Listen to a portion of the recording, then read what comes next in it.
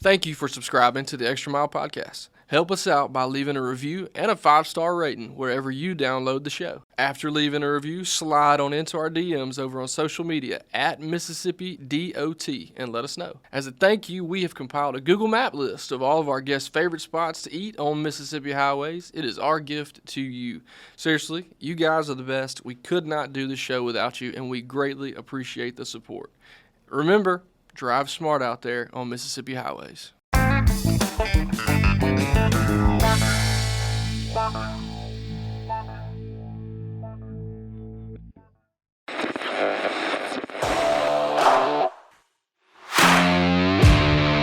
That's nearly $2 billion, and that's money that's going to be spent on improving safety, enhancing mobility, and improving economic growth and development in the state of Mississippi. Yeah, and with this historic funding from the legislature, new construction will be popping up all over Mississippi. MDOT presents the Extra Mile Podcast. Men and women of the Department of Transportation are up to the task and up to make sure that we deliver a product that the taxpayers can be proud of. So I'm ready for us to go to work. Welcome into another edition of the Extra Mile Podcast legislative session presented by the Mississippi Department of Transportation. I'm MDOT Deputy Director of Public Affairs, Paul Catul, and as always, I'm joined by my co-host, Will Kraft, the Director of Public Affairs here at the agency. And you probably know around this time of the year, we usually have elected officials, legislators on the show. However, we cannot help Mother Nature. If you're paying attention, there's a pretty bad winter weather event last week, and so today we are going to introduce Mr. Earl Glenn, who is the Deputy Executive Director, Chief Engineer here at the agency. Earl, thank you for joining us, and to kind of get us started, I know you have been here since 1998, so can you kind of walk us through what all you've done at the agency, sir? Sure. Again, I'm Earl Glenn, Deputy Director for Chief Engineer for MDOT. Been here since 1998. Graduated Mississippi State University in that same year. Then began working at Newton Project Office as a project manager. Did that for a couple of years. Then moved to the Whitfield Project Office as a project manager and later project engineer to work on the State Route 463 Spooey Interchange area in Madison. Okay. Later from there, several projects there during that time for probably the next 6-7 years before I moved to the construction division of MDOT as an area engineer for District 2, which is in Batesville, Mississippi. Worked there for 3 to 4 years before becoming the assistant construction engineer, later the state construction engineer. And I did that for about 4 years before I moved to be the District 3 district engineer in Yazoo City. I did that job for about 2.5 years, which was over 12 counties in the Delta region. Enjoyed it very much. Was able to get some accomplishments there, such as the Greenville bypass. Big one. We've been working on that project, able to get it started. Phase 2 of that project was bid Tuesday to attack on and continue that to Leland. So with that bypass project, it will be able to bypass Greenville from the Mississippi River to Leland. So that was a major project going on there. And as well, we were working on Port Gibson, a bypass there. Yeah. So there's a design project underway for that. Happy to see those projects move along before I was able to take this job as the chief engineer and have been here since the 1st of January. Rocking and rolling, fast and furious too. Yeah. I think you got a really good, would you say, I think you'll agree with this, you've got a really good background kind of throughout MDOT, working in different spots and different places. I'm sure that has helped a long way in taking this role now, right? Absolutely. I think about it every day since I've been on this job. I use a good bit of the experience that I've learned every stop that I've been at. Did Brian Ratliff teach you anything at all out in the Newton office, or just have to, Yeah, well, Brian and I met at the Whitfield project office. Okay, when I was there. So it was myself, him, and some others that work at MDOT still today, like Albert White. Was Okay, there. yeah. Bradley Williams. Yeah. Was there. Man, that was a hot spot for recruiting efforts at one point, apparently. Right. Definitely. So Richard Chisholm, that was one of our Yeah. prior assistants. So we were all there together at the same time, Okay. and were able to kind of throw things off of each other and learn a good bit. And working here in the Jackson area, there was always challenging projects that Sure. required you to, perform at your best. Man, and you mentioned some of those huge ones, that Port Gibson project. I know the folks down there are glad to see that moving. And the Greenville bypass, another great project for the Delta. That we've been really excited about. Been very vocal about a good thing happening as far as that transportation system goes over there. So, a lot of exposure to a lot of projects around the state, man. But so, has it been taken over as our chief engineer? It's been fine. Been a lot busier. Sure. Because you're taking on more responsibility. But if you got good people, we were able to bring on a good team with me. So That's right. not doing it alone. We're working as a team, real good. And we were dividing up our work and our duties. We're still learning each other a little bit, learning our strengths and weaknesses, whatnot. But at this point, very happy with who we got. Love it. Love to hear it. No doubt. You could really have a career at MDOT. Me and Will are kind of youngins, but we've both had several roles here. So if you're an engineer, come to MDOT and work your way up and become chief engineer one day, right? Absolutely. There you go. Very cool. So besides getting to know you, Earl, we wanted to kind of break down this winter weather event.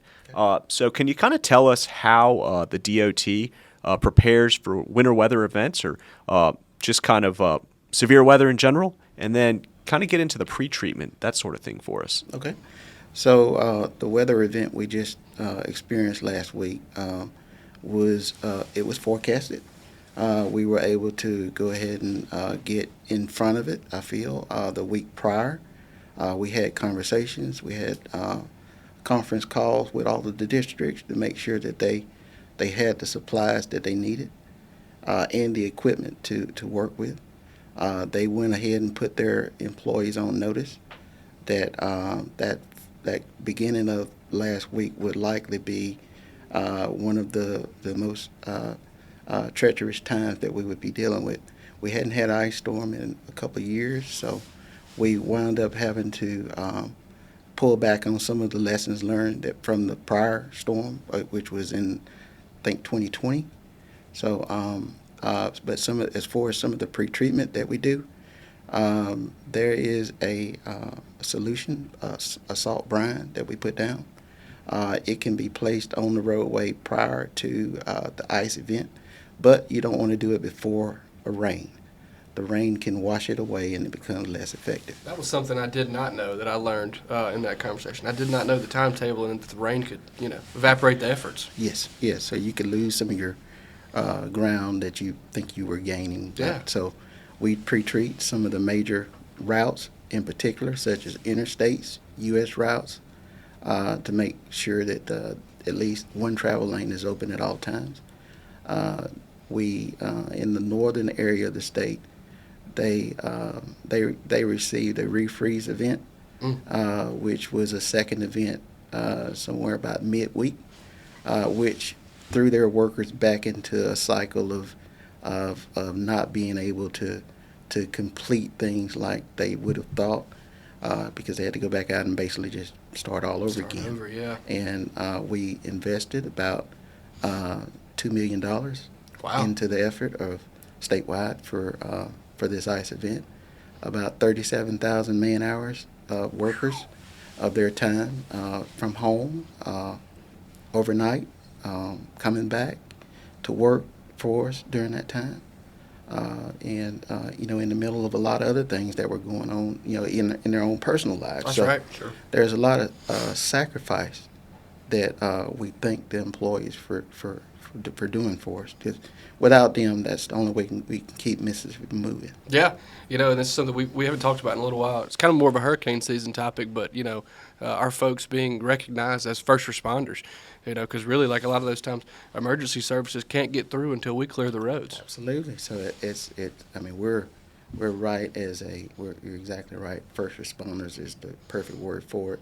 Without them, we can't get police, can't get ambulances and fire trucks. Everything else can't make it to their destination without us trying to get out there in front of them.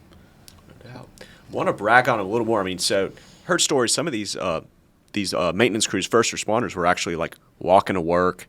They were sleeping overnight at the headquarters, that sort of thing. So they were working round the clock for over a week. Correct? That's correct. So, when the roads are bad, it's easier for them sometimes to just stay at work. We do have facilities in some of our shops, showers, where they can bed down and stay rather than turn around and try to go home and come back. It's easier sometimes that way. Depends on what the situation is. Man, I Those can't are imagine. heroes. But yeah, big thanks to the folks out there that are taking it. We use the colloquial term, we doing these things, and it is not I. Should make that very clear. I don't think anyone's under that assumption anyway. But yeah, big thanks to the folks out there doing the hard work. What about do we kind of take any new lessons learned maybe from this storm? Yes, you can always learn. There is this. We were talking this morning. We had a safety call with all of the districts, and where they all report injuries or near misses, things that might help others in other districts, just as we have a good conversation. Yeah. So one thing that came up was a particular snowplow that it was a newer version of a snowplow, but the blade on it, when you're scraping ice, it tends to tilt over if it catches. Whereas some of the older plows that they were accustomed to using, it had like a breakaway mechanism to where it wouldn't tilt, it wouldn't throw the blade over. And some of the maintenance guys were telling us that was probably something that we need to go back and try and look back at the difference between newer and older scrapers to make sure that we're staying safe. And you mentioned that talk about scraping ice. What was that? I think you were telling us just kind of before we got rolling here. You can only do so much, even as far as scraping ice, because you start hurting the roadway. Right. So, there's snow, then there's ice. Ice to us is probably one of the worst. It sticks, and you got to find a way to scrape it up, or put a de-icing material down to where it melts away. But the temperatures during that time, they never really rose above freezing. So trying to melt it, it would only return again, at nightfall or whenever the temperatures drop. So our best option was to attempt to get travel lanes open by scraping it off. And when you're scraping it, it sticks so hard until you can't. The snowplows weren't able to pick it up and scrape it away like we would have liked. But as the week went on, the temperatures rose, and it started to break the bond between the road and the bottom side of that ice. So we were able to get it off a lot better. That's a good example, I think, of, we can do as much as we possibly can, but at the end of the day, we're still dealing with Mother Nature, and she is undefeated. Absolutely. Absolutely. There's only so much we can do. And you get to a point of diminishing returns, I think, a lot of situations where you can, like you just said, precipitation comes in and wipes away those efforts. Now we got to start back over. Right. Some of those situations are just unavoidable. What about staff-wise? Do we have enough folks, I think, I feel we do. MDOT's got, we did ask that very question after the first event. The districts south of us, like districts 7, 6, 5, they were helping us ask those questions. What resources could they bring up to the northern districts? Love that. We were having communication with the northern districts to see if they needed additional staff, if they need additional equipment, or additional materials, because we really felt confident that our southern end of the state was kind of in the clear, so we could move those resources up north if we needed to. But they were telling us that they were able to resupply in time, and but we were kind of monitoring that situation. It's tough ask out there, and again, just shout out to all the hardworking folks out there getting it done. That's for sure. Absolutely. Just one more thing on this. So a lot of people like to kind of compare our efforts to like states up north, right? You know, like their response to the snow and ice, but it's a little bit different for us, right? I mean, we don't have to deal with this thing year round, correct? Right. So that is true, but we do still try and learn and do better. Sure. States up north of us, they budget more of their budget toward the snow and ice because they are 100% sure each year that they're going to get it. Right. We tend to try and proportion it with risk, and not just have stockpiles of salt or material that might degrade and we won't use it. So we try and proportion that with risk. And I think we've been doing a pretty good job of that. States up north, when you deal with it a lot more, you're pretty sure you're going to get it. You can dedicate more of your budget towards something that you're pretty sure is going to happen. Whereas not getting it as much, you don't want to overspend in areas and have equipment that sits, a snowplow that never gets used, or salt that never gets used. So we try and proportion that with risk, and so that's kind of where we are. That's a really good way to put it. Yeah. Put it much better than me. All right, Well so said. thanks again to everyone that was a part of that effort. Lots of people, out there in really dangerous conditions, away from their families. So shout out to them for sure.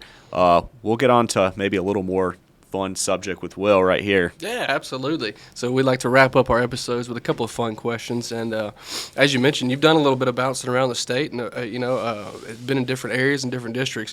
We like to eat. As a podcast, as a people, we like to eat. And, you got any favorite local spots, or maybe even a favorite spot that you don't get to go to very often around the state? Absolutely.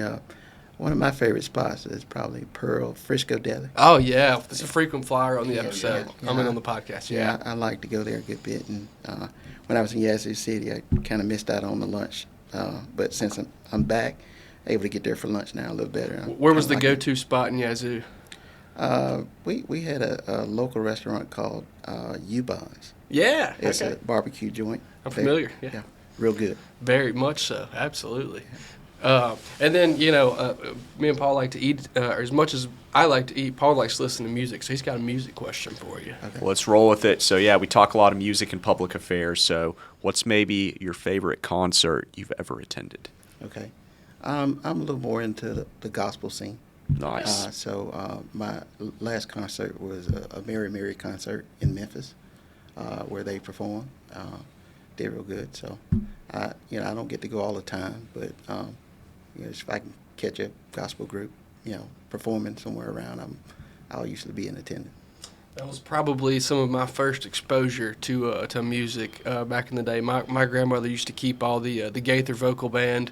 They had like the Gaither homecoming things, and you'd hear all those different artists and stuff. And so I resonate with that very much. So what is that? The Forum up there in Memphis? Is that the? Yes, FedEx Forum. That place is yes. incredible too. Yes. Great. I've seen several good shows up there. So strong answers, very much so. We're gonna have to go get some Eubanks and some Frisco Deli next week now. Let's do it. We are putting them on the list for sure. Earl, thank you so much for stopping by. I know you started on January 1st and just got hit with something right off the bat, so it's all uphill from here for sure. Thank you, sir. No problem. All right, we'll go ahead and close out the show. Thank you to our listeners, our viewers for tuning into the Extra Mile podcast. You can watch and listen to episodes by visiting goemdot.com/the extra mile. Follow us on social media at Mississippi DOT is the handle there. We want to thank our producer, editor extraordinaire, Drew Hall, for holding things down for us behind the scenes. And remember to drive smart out there on Mississippi highways.